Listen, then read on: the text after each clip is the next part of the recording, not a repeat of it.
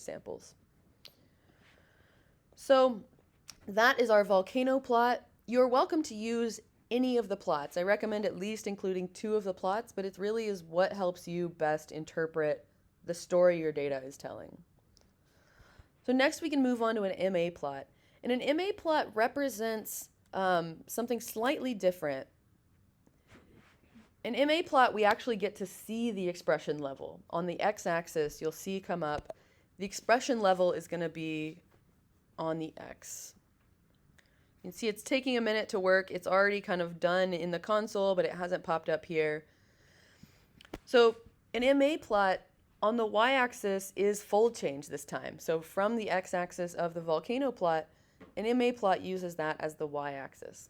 So here again, 0 in the very middle. Genes above this are going to be overexpressed in cancer. Genes below this 0 are going to be underexpressed, downregulated in cancer. And MA plots are nice because we can actually see the real expression value of the gene. So we still get the coloring by significance, so all the green dots are just significant genes. But we can see that these back here are really lowly expressed genes. These are all really highly expressed genes. So FLNA, again, if we FLNA, we can see that it has a really high base mean, and that's what this x-axis is working from. So that means that across all samples, it's just higher expressed, and it happens to be underexpressed in cancer cells, right? Because it's under the 0 on the y-axis.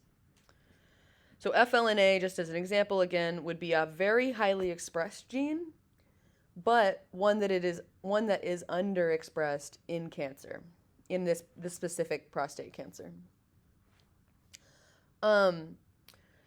This gene right here, SERPINA3, that would be a highly expressed gene that is overexpressed in cancer because it's above the 0.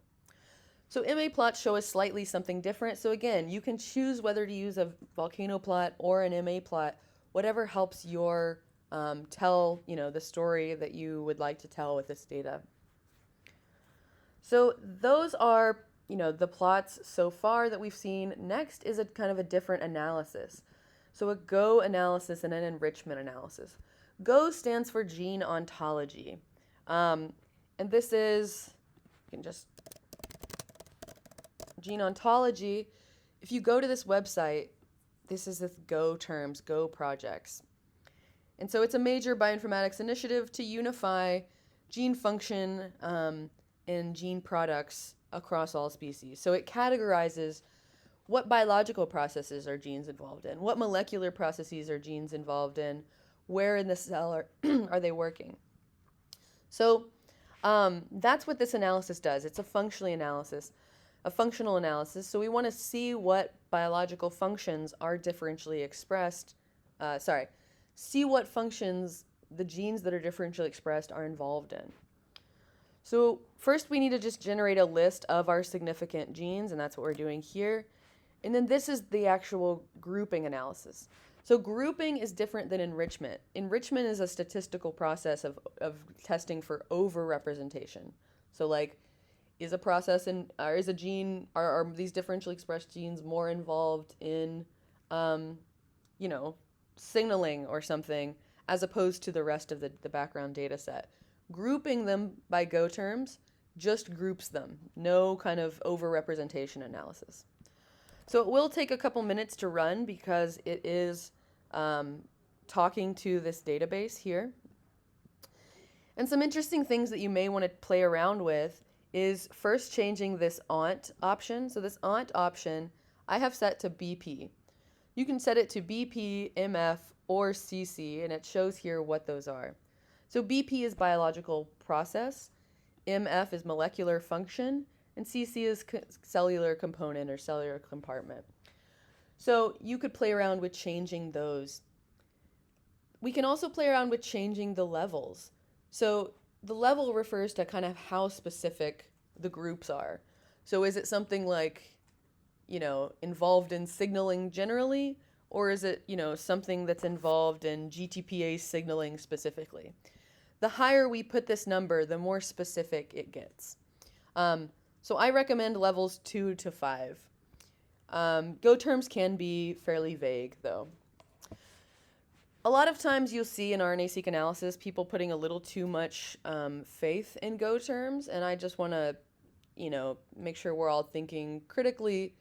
The Go terms can definitely help you think about, what biological processes are involved, but it's not going to tell you like, oh, this is what's causing your cancer or something like that, right? So we have to dig a little deeper. So now that that's finished running, I'm going to run this bar plot line, which is going to show 15 categories from that data set.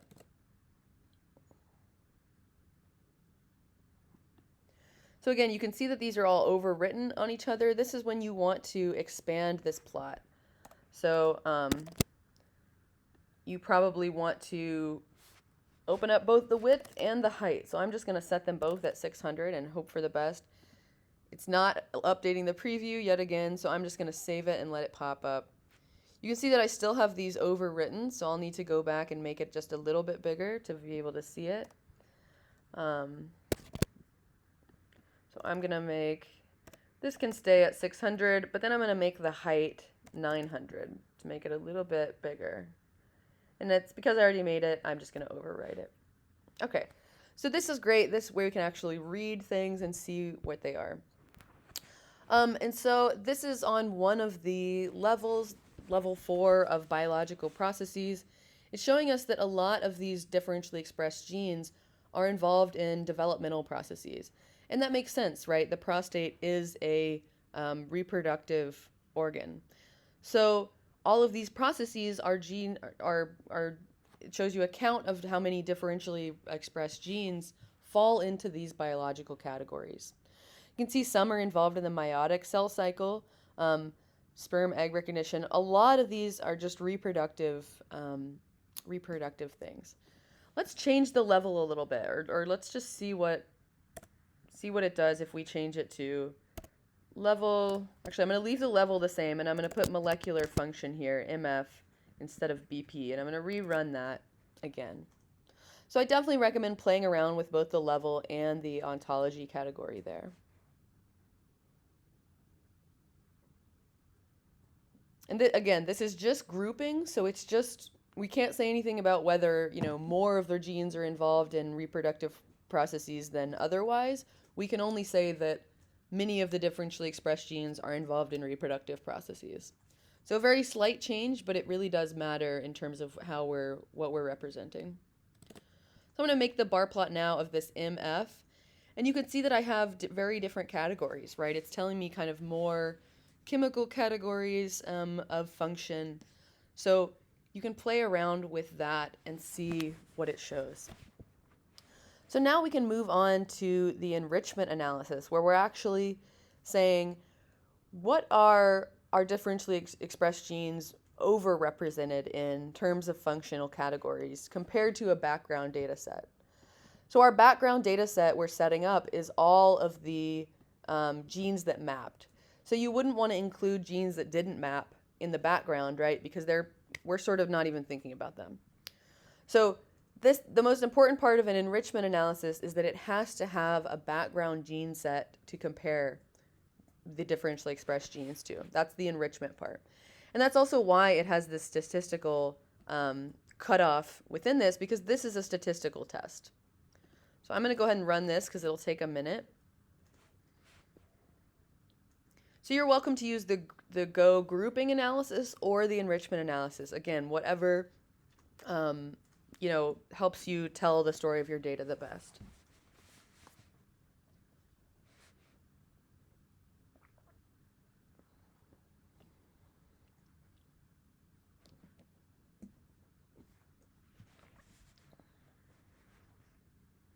So it's still running.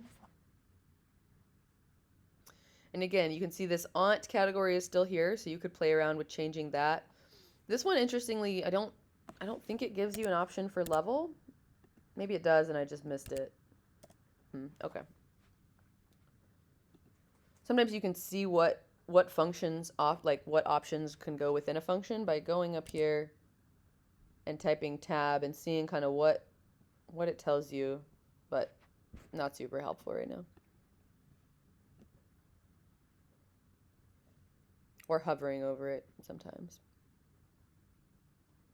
Yeah, so it doesn't include a level in here, so I don't know what level it's working from.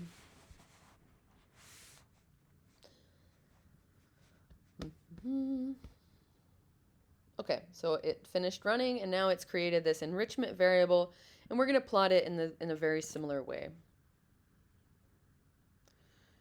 So here you see that the lines are colored by their adjusted p-value. This is how enriched they are.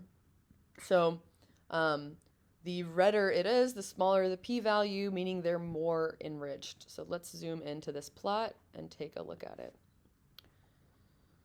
So we see a lot of genes enriched in muscle contraction and muscle systems. That's really interesting. This would be where, in my mind, I would say, what is the connection between prostate cancer and muscle function? And then I would do some Googling on Google Scholar and see if any papers have been published about it. That would be maybe something I could talk about in the discussion if I were writing this. You can see that there's also some enrichment even for axon development and axonogenesis. So axonogenesis is the extended neurons into your body. And actually, I was looking this up because I was like, that's a super weird result. I really don't expect like nerve cells to be coming up as a high category. And so I did exactly that. I went to Google Scholar and I was Googling around. And the first paper that I happened to see was this paper, Cancer-Related Axonogenesis and Neurogenesis in Prostate Cancer. Super weird. And they say, oh God, they say this is the first description of a cancer-related neurogenesis and its regulatory mechanisms. So this is exactly the kind of paper that you could pull in during your discussion and say, yeah, our differentially expressed genes were overrepresented for axonogenesis, and that seems surprising, except maybe it's not. And then pull in a different source. Other people have shown blah, blah, blah. So that's kind of what you're working with, thinking about for these plots. And finally, we're at the very end of it, where we're just looking at single plots showing single genes. So if you had a gene of interest, right, if you happen to choose a gene from the heat map or from the table that you're interested in, you could type that gene into this space here, and you can produce a figure that only shows the expression values for that specific gene. So this shows the normalized count of reads on the y-axis, and the groups of non-cancer and cancer on the x-axis. So for this gene, it shows that in non-cancer, it's really highly expressed. What's missing from this plot, and that you'll need to include if you use these single gene plots, is the p-value, the adjusted p-value, and the fold change. Because this definitely shows me visually, right? I can see that much higher count of reads, much higher expression in normal versus cancer, but I don't know whether it's a significant difference, right? Is this difference significant? Or I don't know, what the fold change is. So that, again, you need to go back to this DESeq results data frame and search for the gene. You can see we already searched for it. But along with this report, you would need to, along with this figure, you would need to report the adjusted p-value and the log2 fold change. So again, you can see that's negative fold change because it's down-regulated in cancer. So that is all for now. Thanks for sticking around if you have stayed with me this far. Please send me any questions that you have or post in the questions Discord.